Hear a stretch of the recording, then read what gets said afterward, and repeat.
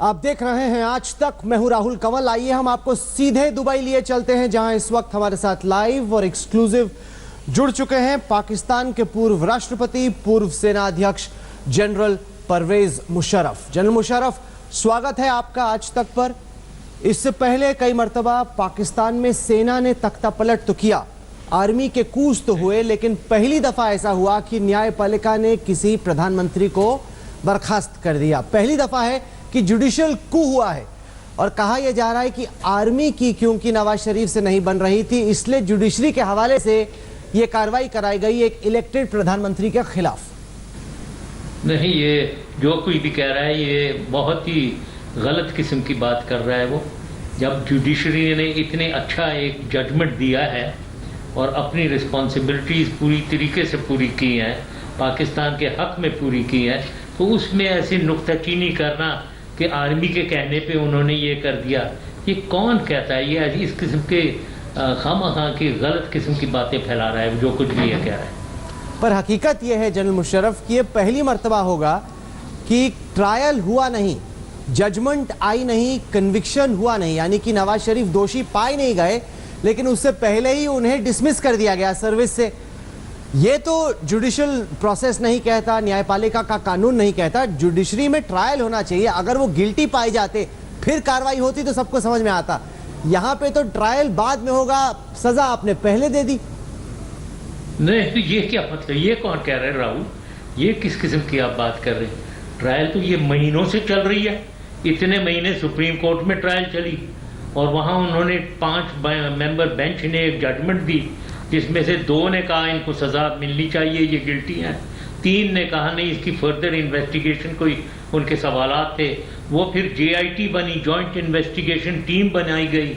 उन्होंने 2 महीने इन्वेस्टिगेशन की और पूरी अपनी फाइंडिंग सुप्रीम कोर्ट के वापस भेजी। इससे ज्यादा और क्या ट्रायल होती है?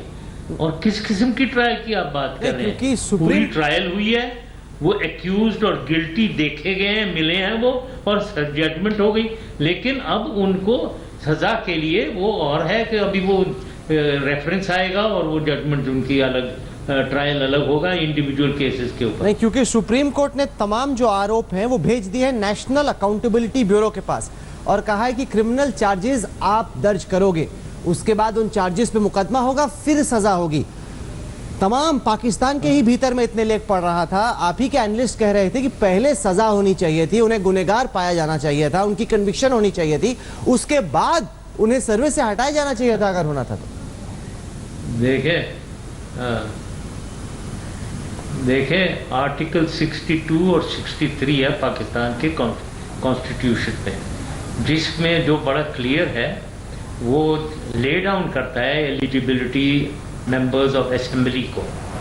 उन आर्टिकल 62 और 63 पे ये पूरे नहीं उतर रहे हैं, उन्होंने डिस्क्वालीफाई कर दिया बिल्कुल एंड कॉन्स्टिट्यूशन के मुताबिक सुप्रीम कोर्ट ने एक्शन लिया।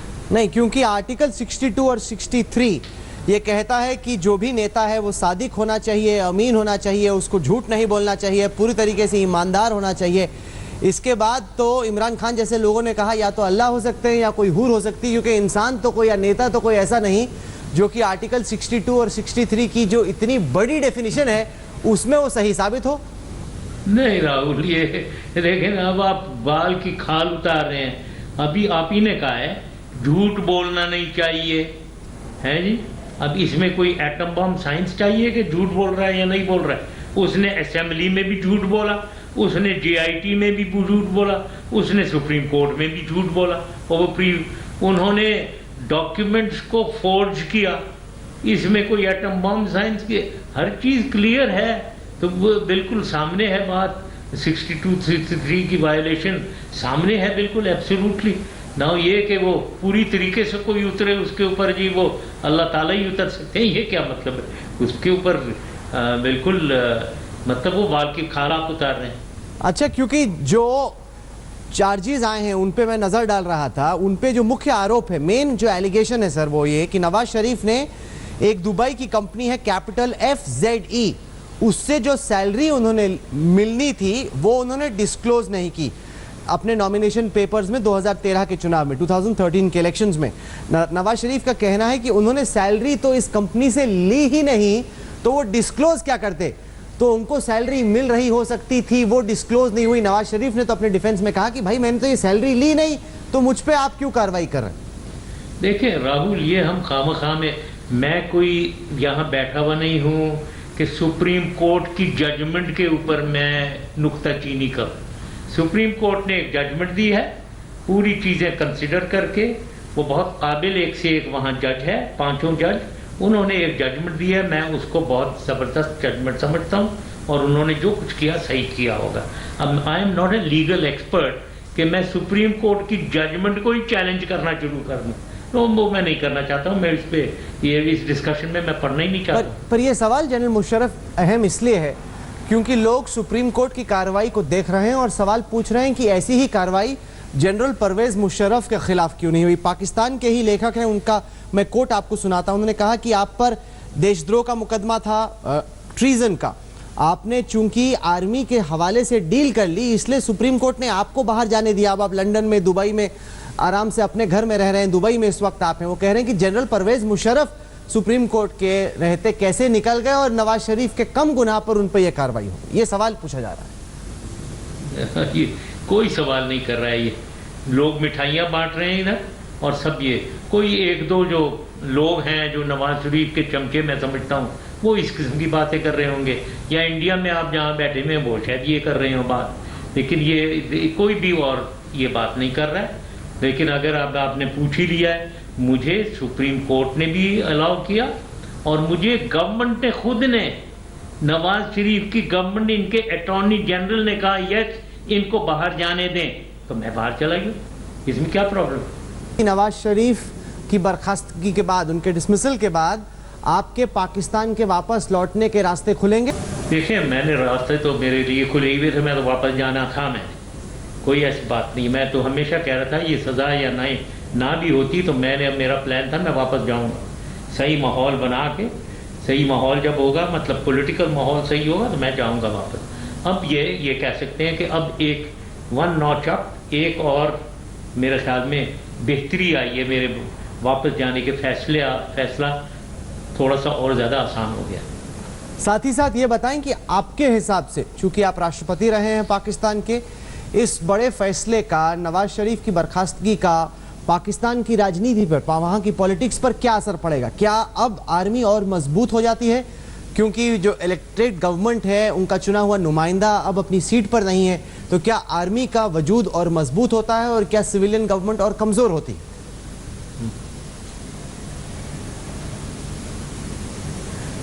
राहुल, ये आप लोगों को हिंदुस्तान में बैठे हुए ना, आर्मी से बड़ी तकलीफ है। पाकिस्तान आर्मी से प्रॉब्लम आपकी ये है, कोई आर्मी ना मजबूत होती है ना कमज़ोर होती है। आर्मी हमेशा मजबूत थी और हमेशा मजबूत रहेगी, नवाज शरीफ हो या ना हो। तो पहली चीज़ तो ये याद रखें आप। अब इनका असर पॉलिटिक्स पे बहुत ज़्यादा होगा नवाज शरीफ के जाने का, उसकी आप बात करें। डेफिनेटली PMLA बहुत अच्छा असर होगा पाकिस्तान के ऊपर, क्योंकि ये 3 दफ़ा ये प्राइम मिनिस्टर बने और तीनों दफ़ा इन्होंने पाकिस्तान का बेड़ा गर्क किया है, तो इसलिए पाकिस्तान के ऊपर बहुत अच्छा असर होगा। इस साल की जो कंट्री रिपोर्ट ऑन टेररिज्म है सर, उसमें अमेरिकी स्टेट डिपार्टमेंट ने पाकिस्तान को क्लासिफाई किया है एक ऐसे देश के तौर पे जो कि आतंकवादियों को पनाह देता है, as a safe haven for terrorist. अब कहीं ना कहीं पाकिस्तान के लिए अंतर्राष्ट्रीय स्तर पर, इंटरनेशनल लेवल पर ये काफ़ी एक करारा झटका है। आप इंटरनेशनली कहे जा रहे हैं कि एक ऑफिशियली डेजिग्नेटेड स्टेट स्पॉन्सर और सेफ हेवन फॉर टेररिस्ट। हाँ, देखें बात ये है, पहली चीज़ तो अमेरिका जो है ना, वो नाउज़ुबिल्लाह अल्लाह ताला नहीं है, ठीक है। अमेरिका ये कह रहा है, मैं कहता हूँ अमेरिका गलत कह रहा है, ठीक है। काफ़ी है ये बात, बिल्कुल गलत समझ रहे हो। जो अगर समझ रहे हैं कि हम टेररिज्म को सपोर्ट करते हैं, बिल्कुल गलत कह रहे हैं। और वो अगर लश्कर तैयबा को टेररिस्ट कह रहे हैं, बिल्कुल गलत कह रहे हैं। आप समझते हैं लश्कर तैयबा टेररिस्ट है क्योंकि वो कश्मीर में आपको तकलीफ पहुंचाते हैं। हम उन्हें टेररिस्ट नहीं समझते हैं, हम उन्हें मुजाहिदीन समझते हैं। तो अमेरिका को भी समझाना पड़ेगा और डोनाल्ड ट्रंप साहब को भी समझाना पड़ेगी ये बात। तो हम घबराते नहीं इस बात से। यही प्रॉब्लम है हमारे प्राइम मिनिस्टर नवाज शरीफ साहब का, उनमें वो कैपेबिलिटी नहीं थी कि वो जाकर किसी को समझा सकें, सही बात बता सकें। इंशाल्लाह आइंदा हम उन्हें सही बात समझाएंगे। जैश ए मोहम्मद के सरगना सैयद सलाउद्दीन को अभी अमेरिका ने चीफ एक तरीके से ग्लोबली डेजिग्नेटेड टेररिस्ट घोषित किया है। उनको बहुत कड़ी कार्रवाई उनके खिलाफ हुई है। आप कहीं ना कहीं अमेरिका ने जो पाकिस्तान को इतने साल पैसा दिया, फंडिंग की, ट्रेनिंग दी, वेपन्स दिए, अब आप मान रहे हैं कि वो सप्लाई चेन तो कट गई ना, इतना तो हो ही गया।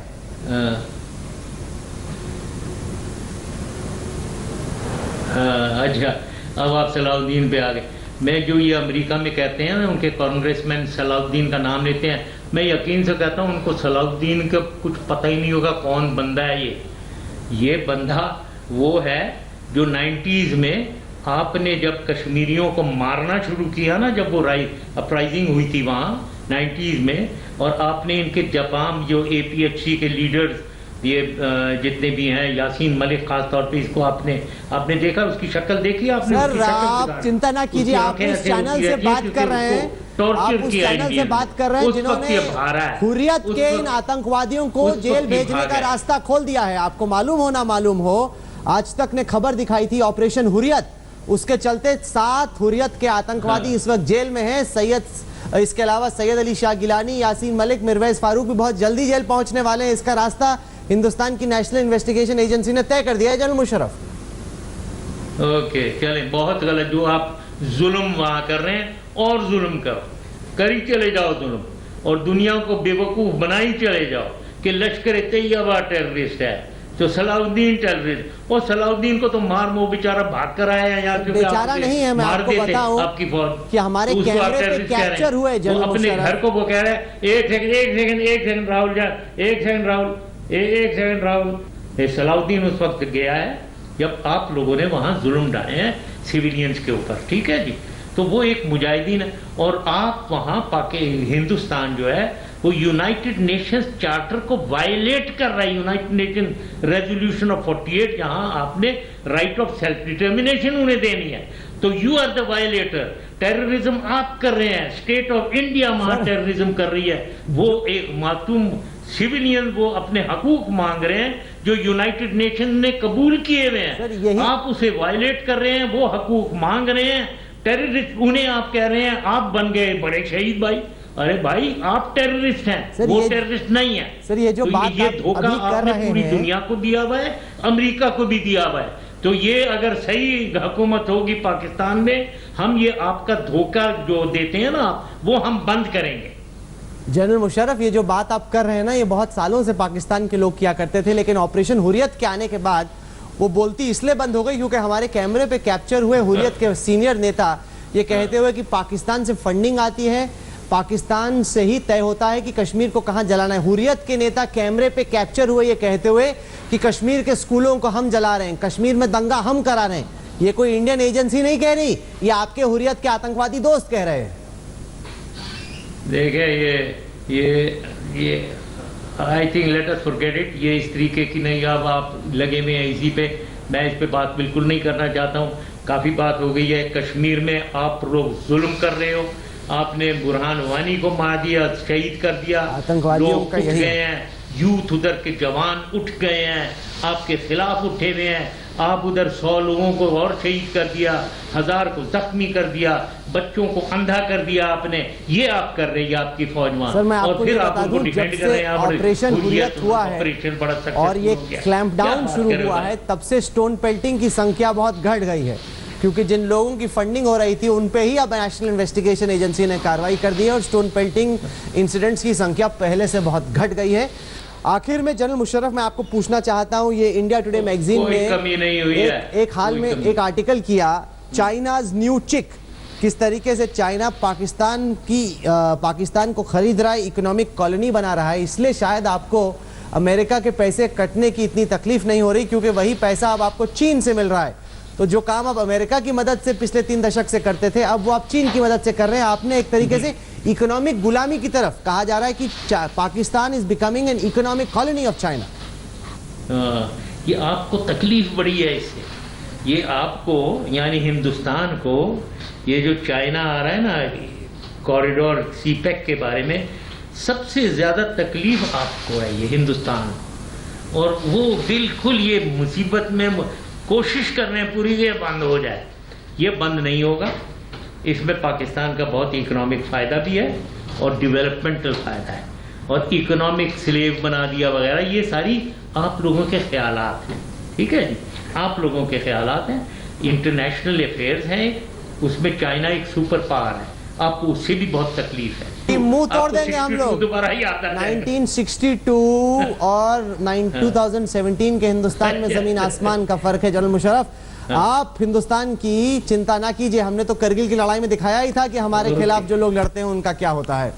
खदेड़ दिया था, इस दफा भी चीन को हम लोग खदेड़ने की पूरी क्षमता रखते हैं। बहरहाल राहुल, ये आप अपने किन ख्वाबों में, किन ख्यालात में रह रहे हैं आप?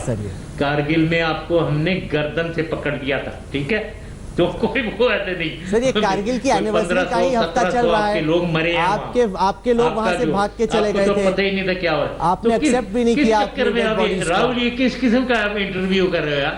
ये कौन सा इंटरव्यू कर रहे हैं आप? चलिए ठीक है, लड़ाई के मैदान में क्या हुआ वो तो पूरा इतिहास गवाह है। इंटरव्यू यार करें या तो, या अगर आपने वो यहाँ पॉलिटिकल इश्यूज की बात करनी है, उधर जो आपने प्रेसिडेंट ऑफ यूनाइटेड स्टेट्स को एमिसरी, ये बरखत दत्त की किताब आपने पढ़ी है? जरा खोल के पढ़ लें सर। एमिसरी दौड़ा रहे थे आप 2 दफा उनके पीछे, पाकिस्तान को तो मैंने खुद चढ़ा है सर। तोलोलिंग का पहाड़ वहां से छोड़ के कौन भागा था? आप पढ़े जरा, ये तो हकीकत है। तोलोलिंग टाइगर हिल से पाकिस्तानी सेना को किसने खदेड़ा था? तुम बरखत दत्त की किताब पढ़ लो राहुल, तुम बरखत दत्त की ये सर, ये पता है तुम्हें कि वो, ये पता है कि 5 और जगहों में अंदर थे हम, ये पता है तुम्हें राहुल? उनमें से आपको पता ही नहीं था, बाकी पता नहीं थे आपको, ठीक है? उधर आपने आप टच ही नहीं किया हुआ था। हम तो आपके दराज और कारगिल को डोमिनेट कर रहे थे। क्या बातें, किस बातों की बात कर रहे हो? कभी अगर इसी की बात करनी है तो डिटेल डिस्कशन करते हैं, नक्शे भी मैं दिखाता हूँ तुम्हें कारगिल के, ठीक है? मेरे पिताजी ने करगिल की ऑफिशियल जो हिस्ट्री है वो लिखी है। बिल्कुल, हिंदुस्तान की पीठ में छुरा भोंकेंगे, क्योंकि आपने हमारी पीठ में छुरा भोंका राहुल। आपने हमारी पीठ में छुरा भोंका ईस्ट पाकिस्तान में, सियाचिन में, तो हम आपको छुरा भोंकेंगे, ओके? और दोबारा करेंगे हम यही आपके साथ। किस तरह के जुल्म कर रही थी पाकिस्तान की सेना, बांग्लादेशियों को आजादी दिलाई, और इस पे हमें बहुत गर्व कर रहे हो। तो आपको इंशाल्लाह पाकिस्तान जब स्टडी होगा, जब पाकिस्तान दोबारा स्टडी होगा ना, तो हम आपके साथ वही छुरा घोपेंगे दोबारा, ठीक है? अगर आप इस तरह की बातें करेंगे तो क्या पता कभी भी पाकिस्तान स्टडी ना हो। बहरहाल, आप जुड़े हमारे साथ, तमाम बातें आपने रखी। जनरल परवेज मुशर्रफ, शुक्रिया आपका। ये आपको गलतफहमी है अपनी, यही हरकतें हैं जो स्टडी नहीं होने देती पाकिस्तान को। चीन हमें कर रही है, यही वो हरकतें हैं जो स्टडी नहीं होने देती हैं पाकिस्तान को। चीन कोई हमें गुलाम नहीं बना रहा है। सर, एक वक्त था जब पाकिस्तान एक प्राउड इंडिपेंडेंट कंट्री था, अब आप लोग लेट गए हैं शी जिनपिंग के सामने। आप एक तरीके से नतमस्तक हो गए हैं शी जिनपिंग के सामने। चाइना आपको पूरा डोमिनेट कर रहा है। किसी भी प्राउड कंट्री के लिए तो ये बड़ा बुरा है। उन्होंने 46 बिलियन डॉलर्स दे के एक तरीके से पाकिस्तान को कॉलोनी बना लिया। और प्राउड कंट्री के लिए, प्राउड कंट्री के लिए वो अच्छा है कि आपके जो प्राइम मिनिस्टर लगे रहते हैं पाकिस्तान के खिलाफ बातें करने, आपके मिनिस्टर्स लगे रहते हैं, और हमारे जो प्राइम मिनिस्टर अभी डिस्क्वालीफाई हुए हैं, उनका उसका जो आपको तकलीफ इसीलिए है कि वो इन बातों को सहते रहते थे सारा। ये बात नहीं है। चीन हमारा बहुत दोस्त है, बहुत अजीम दोस्त है, और हमारा वेलविशर है, और वो हमारा हमेशा वेलविशर रहेगा। और आपको इसकी बड़ी सख्त तकलीफ जिंदगी वो रहनी चाहिए आपको। ठीक है, आपको आर्थिक गुलामी में कुछ बुरा नजर नहीं आता। पाकिस्तान के लोगों को अगर ये मंजूर है तो आपकी मर्जी है, लेकिन हिंदुस्तान में वो मादा है कि चीन और पाकिस्तान दोनों का मुकाबला एक झटके में कर सके। ये हैसियत हिंदुस्तान की आज की है। जनरल मुशर्रफ, आप जुड़े हमारे साथ, बहुत बहुत शुक्रिया आपका। वक्त हो गया है एक छोटे से ब्रेक। आप चिंता ना कीजिए, हमारे देश की हिफाजत के लिए हर हिंदुस्तानी खड़ा है जनरल मुशर्रफ, ये मैं आपको बता दूं खत्म करने से।